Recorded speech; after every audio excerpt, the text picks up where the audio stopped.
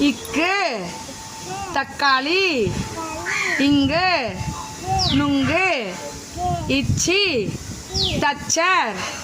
இஞ்சி ஊஞ்சல் இட் லட்டு இன் கண் இத் பாத்து இன் பந்து இப்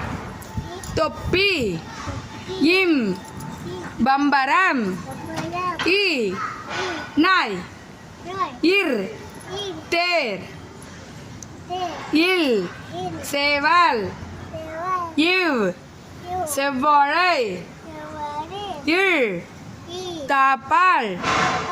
இல் வால் இர் கீற்று இன் தேன் கிளாப் பண்ணுங்க.